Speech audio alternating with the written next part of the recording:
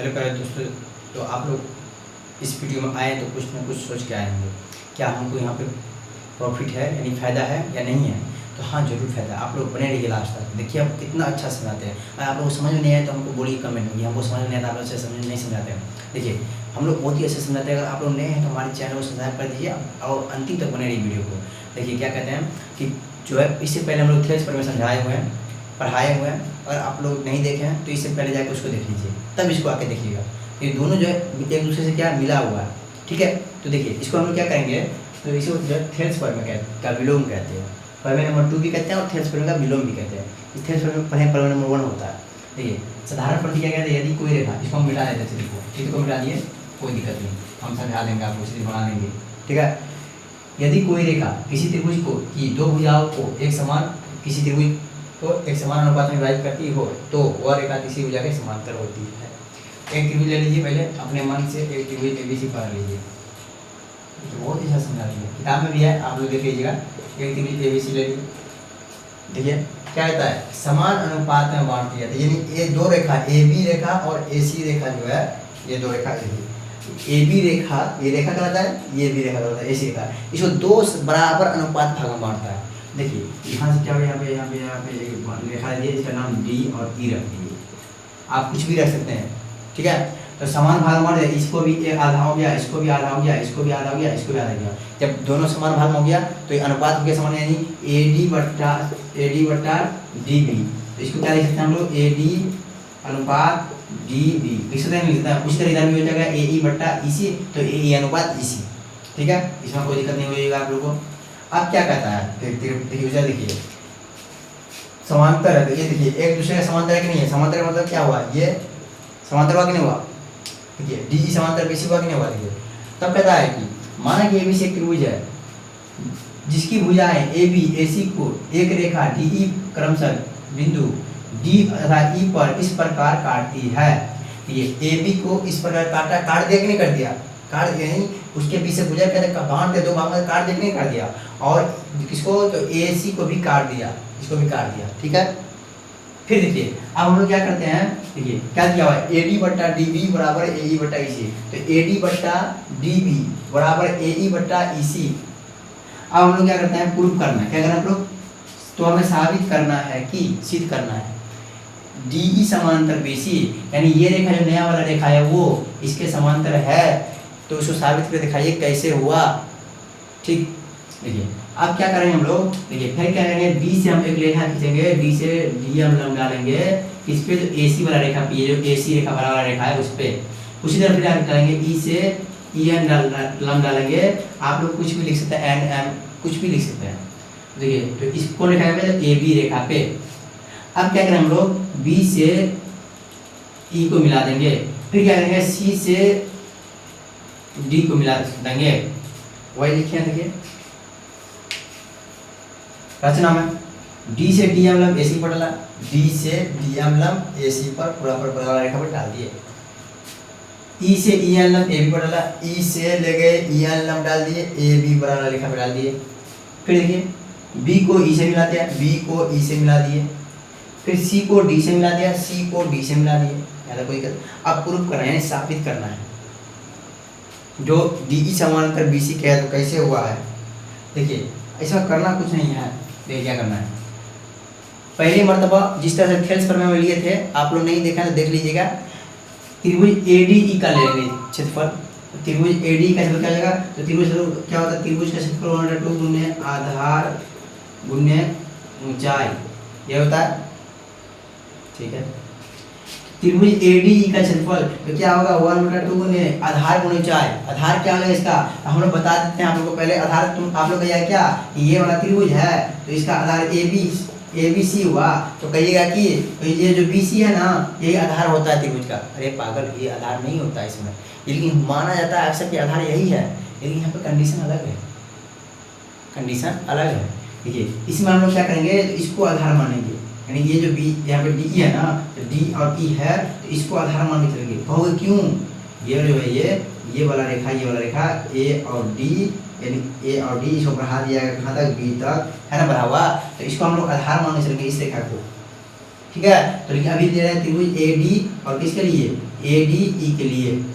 तो अभी इसको आधार मान चलेंगे। हम लोग करते हैं क्या, पहले इस साइड को आधार मानते हैं, फिर इस साइड को, ये वाला साइड में ये वाला साइड, ये वाला AC वाला साइड, उसको आधार मानेंगे।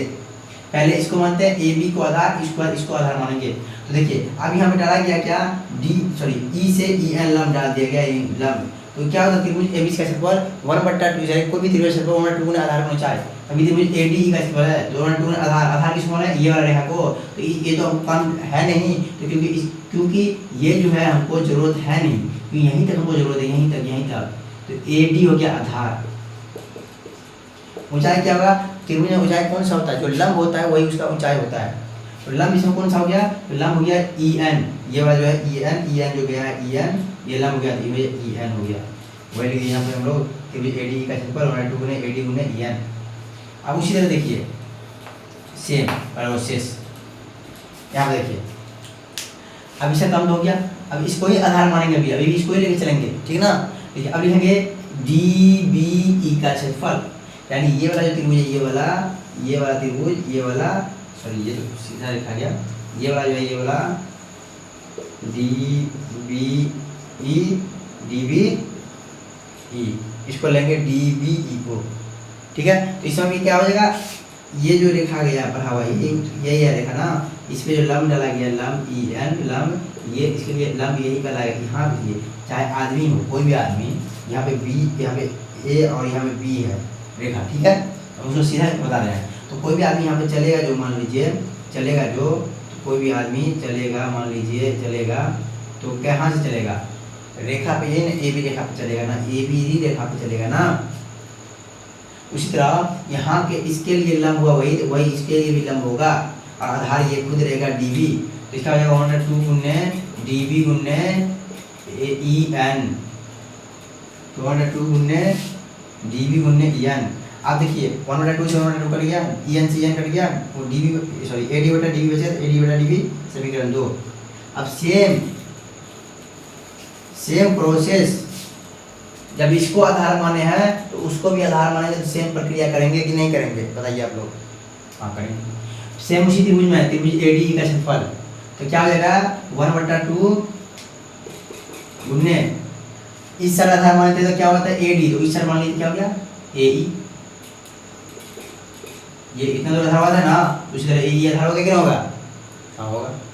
अब इसी तरह देखिए, अब इस हम माने थे यहाँ से यहाँ तक गया था लंब, लेकिन इसमें क्या है, यहाँ से यहाँ तक लंब गया है, तो इस पूरा के लिए यही लंब कहलाएगा, यानी ऊंचाई कहलाएगा।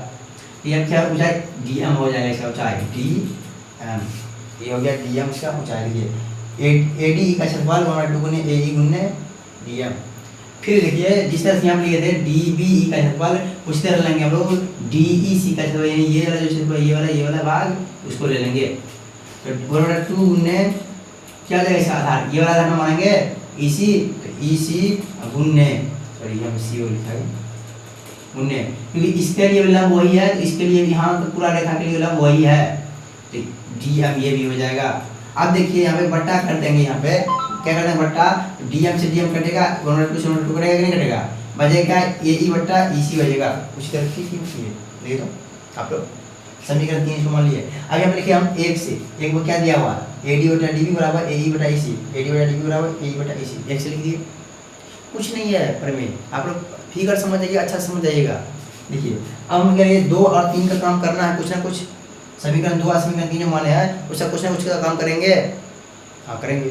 तो समीकरण 2 तथा 3 से, 2 में क्या है, त्रिभुज ADE का क्षेत्रफल, त्रिभुज DBE का क्षेत्रफल, त्रिभुज ADE का क्षेत्रफल बटा त्रिभुज DBE का क्षेत्रफल बराबर कर दिए, बराबर क्या है 3 में, त्रिभुज ADE का क्षेत्रफल बटा त्रिभुज DEC का क्षेत्रफल, त्रिभुज ADE का क्षेत्रफल बराबर त्रिभुज DEC का क्षेत्रफल। अब देखिए ADE से ADE कट गया, बचे क्या DBE और DEC, DBE का क्षेत्रफल DEC का क्षेत्रफल बराबर कर दिए, क्यों बराबर है यहाँ पे, कहेगा क्यों ऐसा क्यों बराबर हुआ, अरे भाई देखिए 1/4 बराबर 3/4 लिखोगे, लिख सकते हो, तो इस 1 बराबर 3 लिख सकते हो कि नहीं लिख सकते हो, और 4 बराबर 4 लिख सकते हो कि नहीं लिख सकते हो, हाँ लिख सकते हैं, इसीलिए उसको भी ऐसे ही लिखे हैं।